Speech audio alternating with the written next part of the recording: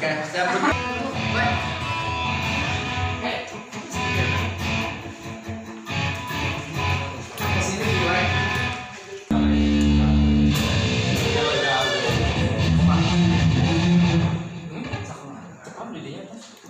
Ini ada 1, 2, 3, ada 3 ke kita.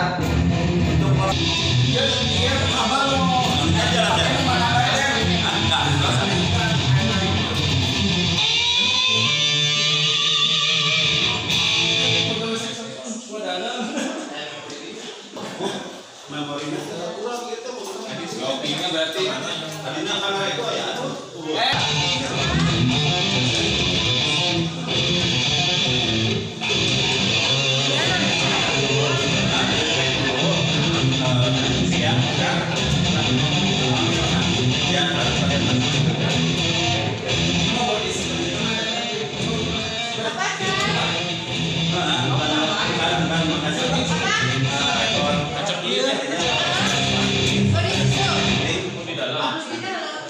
Awal berdiri Kapten Band ini gimana sih? Ya, Kapten Band berdiri tahun 2004.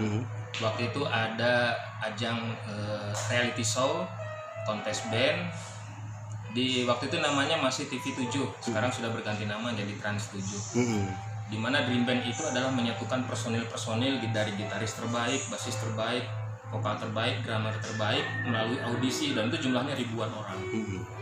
Jadi ketika Kapten disatukan sendiri, saya Jaki Arif Kiwe jujur aja secara personal tidak pernah mengenal. Jadi itu tuh dijodohin. Jadi si produser tuh mengaudisi, oh gitarnya ini ambil, basisnya ini ambil, drummer ambil, vokal ini ambil, satuin. Itulah sebenarnya prosesnya terjadinya Kapten, dan itu hal yang sama juga terjadi pada band-band Dream Band lain seperti Kotak, Ize dan lain-lain. Sama juga prosesnya seperti itu. Sampai akhirnya ya kita memutuskan untuk lanjut, untuk serius di industri musik, dan kebetulan waktu itu kita pertama kali dikontrak oleh PT IMI Indonesia. Itu kontrak 2 album. Waktu itu Lagu Seksi dan Malaikat Cinta. Gitu. Sampai akhirnya berjalan ke sini. Ya namanya orang dijodohin ya. Kadang-kadang kan tidak melalui pacaran, jadi akhirnya pro dan kontra di dalam masalah di internal mungkin sudah biasa ya, hal kayak begitu. Yang ujung-ujungnya mungkin tetap dituntut adalah kedewasaan kita masing-masing. Tapi sejauh ini ya, walaupun jatuh bangun, Kapten ya masih solid sampai sekarang, berdiri dan Jatuh masih siap. jatuh bangun lagi gitu. Iya betul, betul, karena apa ya? Ya itulah memang di musik. Memang harus punya 2 hal yang harus ya kita tanggung risikonya, itu menjaga konsistensi dan eksistensi. Gitu aja. Mungkin sekarang kurangnya di Kapten mungkin adalah kita belum keluar album baru. Sempat ada iming-iming buat ataupun dari musisi lain untuk gabung gimana? Ke saya pribadi ada beberapa. Karena jujur aja saya tahun berapa saya pernah meninggalkan Kapten sebetulnya.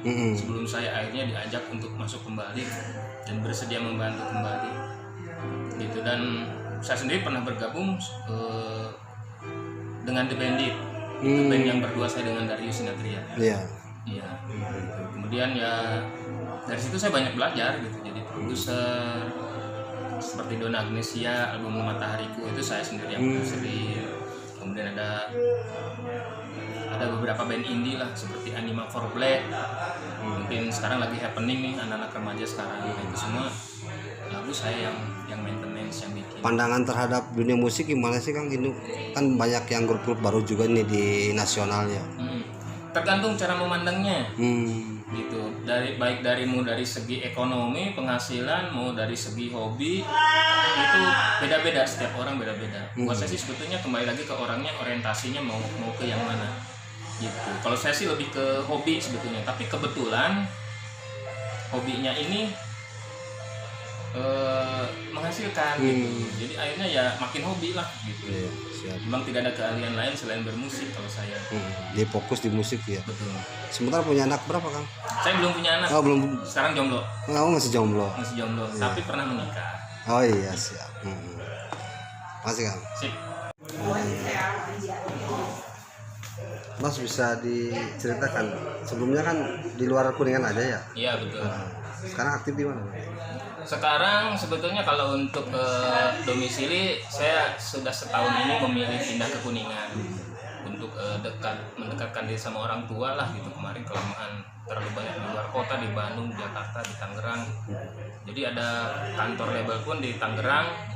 Saya bersama Darius dan Dona Agnesia itu juga ya paling sebulan sekali, 2 bulan sekali lah, hanya kontrol aja. Sekarang aktivitas apa aja? Sekarang aktivitas jujur aja sebetulnya ada 2. Saya selain bermusik juga saya lagi belajar entrepreneur, bikin warung kopi kecil-kecilan di sebelah rumah. Pramuka itu. Di Pramuka ya betul, namanya Warung Kalo. Bisa diceritakan pengalaman di dunia musik? Kalau di dunia musik sebetulnya pengalamannya banyak. Jauh lebih menyenangkan sebetulnya dibanding yang sedih-sedihnya sebetulnya, karena memang ini juga udah hobi dan apa ya sudah jadi jalan hidup, kemudian jadi profesi juga ya. Prinsipnya cuma 3 ya, nikmati, syukuri, jalani, udah gitu aja. Nah, untuk keberadaan kapten band sendiri gimana? Untuk kapten sebetulnya masih ada, cuma kemarin corona kita 3 bulan itu sebetulnya tiarap dulu semua. Dan beberapa jadwal yang sudah ada pun juga pada akhirnya kan cancel dulu karena perizinan banyak yang tidak keluar, kemudian banyak juga yang sudah keluar ditarik lagi kan begitu. Jadi akhirnya ada masih kapten masih ada. Masih berjalan. Masih berjalan. Kita bahkan kontak-kontak terakhir juga memang ada rencana pengen bikin sesuatu lah gitu. Gitu. Jadi jangan sampai karena COVID ini kemudian kita jadi ngedrop gitu, jangan sampai begitu. Berarti kapten tuh Mas Pupun tuh di gitar ya? Saya di gitar ya. Nah, kemudian di band tuh siapa? Drum? Di drum ada Kiwe, di bass ada Arif, kemudian di vokal ada Zaki. Saya sendiri selama COVID sebetulnya dalam proses rekaman membuat album solo. Album solo. Membuat album solo ya untuk album inilah, mini album itu ada semua, ada 5 lagu. Dan semuanya saya melibatkan musisi-musisi potensi yang ada di Kuningan, baik modern maupun tradisional. Jadi nanti di lagu-lagu itu kita akan dengar suara perkusi, suara kendang, suara kecapi, suara suling, berbaur dengan gitar distorsi 7 string. Berarti sekarang mah fokus di Kuningan aja ya? Saya lebih banyak fokus di Kuningan, karena kalau mau keluar kota juga kan sekarang gampang ya sebetulnya. Pakai kereta juga, saya kemarin berapa kali ke Jakarta juga kan cuma 2 jam 40 menit dari Cirebon, jadi santai banget gitu. Jadi saya bisa melakukan pekerjaan, masih bisa jalan tur, show di luar Jawa di mana, pulang pasti ke Kuningan. Berarti show-nya offline terus berarti ya? Kalau selama corona ini iya, lebih banyak live Instagram, live streaming kayak begitu-begitu. Banyak begitu. Tapi kalau sebelumnya kan memang ya kalau enak sih enak di off air ya. Oh, di jalan-jalan soalnya kan. Iya. Kita ambil jalan-jalan. Misalkan ke Kalimantan, ke Sampit, terakhir di Kalimantan pun juga saya mampir di Sangatta, Samarinda. Album terbaru apa berarti untuk kapten band? Kalau untuk kapten belum ada. Kalau untuk kapten belum ada. Kalau untuk album solo saya sendiri tinggal ditunggu finishing. Video klipnya kita produksi baru minggu ini. Baru kita shoot hari ini gitu. Berarti kemudian untuk jam sekarang lebih modern nih. Terhadap dunia musik sendiri gimana? Ya justru modernisasi itu juga membawa dampak yang positif dan negatif ya. Itu dimana orang lebih gampang membajak lagu sekarang. Kemudian juga efek negatifnya banyak juga studio-studio yang tutup karena memang semua musisi punya studio rekaman di rumah gitu kan ya, karena sudah modern, kemudian alat lebih portable, lebih gampang gitu. Jadi lebih ini positifnya adalah apa, mudah untuk berpromo, kita tinggal menggunakan media sosial gitu. Jadi buat saya sebetulnya ini tinggal bagaimana kita musisi untuk belajar lebih beradaptasi lagi, bagaimana menyikapi kondisi-kondisi industri musik saat ini sebetulnya. Jadi itu aja kuncinya. Jadi saya pribadi tidak bisa mau menyalahkan siapapun lah. Tidak, yang penting tugas kita berkarya, ya sudah berkarya aja. Mas Pupun kemudian kalau angkatan kapten band sendiri berarti angkatan sama Kotak juga? Iya, satu angkatan sama Kotak, itu Dream Band 1. Jadi itu Kotak itu kan juara pertama, kapten kemudian runner up. Itu ada IZ dari Bandung juara 3-nya. Sisanya banyak, ada di F5, kemudian banyak lah. Saya agak-agak lupa itu. Berarti komunikasi sama musisi lain juga jalan juga? Masih jalan. Malah dengan adanya momen itu malah jadi kesempatan saya untuk mengenal dekat, bahkan jadi dekat dengan idola-idola saya seperti Om Ian Antono, kemudian Om Edet Edane, Iwayan Balawan, kemudian juga ada siapa? Banyak. Berarti konsep lagu Kapten mah ke rock-rockan gitu ya atau gimana? Kalau Kapten mah sih sebetulnya basicnya tetap ke rock sih sebetulnya. Oh, rock. Karena memang terakhir memang dari awal di Dream Band pun juga memang terbentuk sudah seperti itu. Tapi walaupun memang kita konsepnya rock, itu tidak menutup kemungkinan kita untuk tetap adaptasi gitu dengan kemajuan zaman lah sekarang gitu istilahnya. Gitu. Berarti ngarang lagu mah sering dilakukan juga mungkin ya. Kalau ngarang lagu, bikin lagu sebetulnya itu pekerjaan sampingan saya. Kebetulan saya juga pencipta lagu, musik director, vokal director, saya juga produser juga. Gitu untuk memproduksi beberapa album punya orang, bahkan atau ada juga yang pesanan orang gitu, bikin lagu untuk pesanan orang. Bahkan seperti mungkin pernah dengar ada film KPU.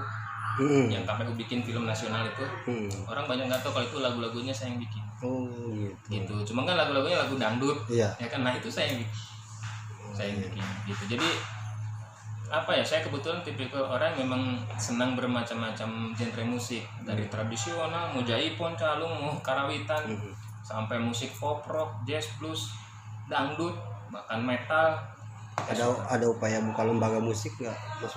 Sebetulnya saya ada rencana begitu, ke situ ada rencana sebetulnya kan, pengen bikin lah, cita-cita mah pengennya bikin Kuningan Music Center, itu pengennya. Tapi ya apa ya, mungkin bertahap lah nanti, bertahap dulu, karena jujur aja memang kondisinya juga sekarang tidak memungkinkan untuk itu. Kalau cita-cita mah udah pengen satu-satu dulu, beresin dulu album solo. Terus untuk kalangan musisi sendiri Mas Popon nih, Kuningan tuh gimana sih, terkenal atau khasnya gimana, kemudian penilaiannya ya?